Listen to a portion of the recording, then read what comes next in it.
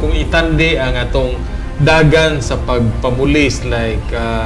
crime prevention o uban pang mga kalihukan sa kapulisan, unsay tan-aw niyo mas maayo ang 2024 or ang 25 pananglitan sa kadaghanon sa krimen or unsay dagan? Actually, sa 2024, nakita natin mga recorded nga mga dagko nga krimen na itong pero kung atong isang ikumpara sa 2025, mas nag-evolve, mas na-enhance nato ang ato ang anti-criminality nga gihimo sa ato ang lalawigan sa Bohol. Na-enhance nato nga which resulted nga ang ato ang output sa pagdumala, pag-prevent sa mga krimen o pagsulbad sa mga krimen,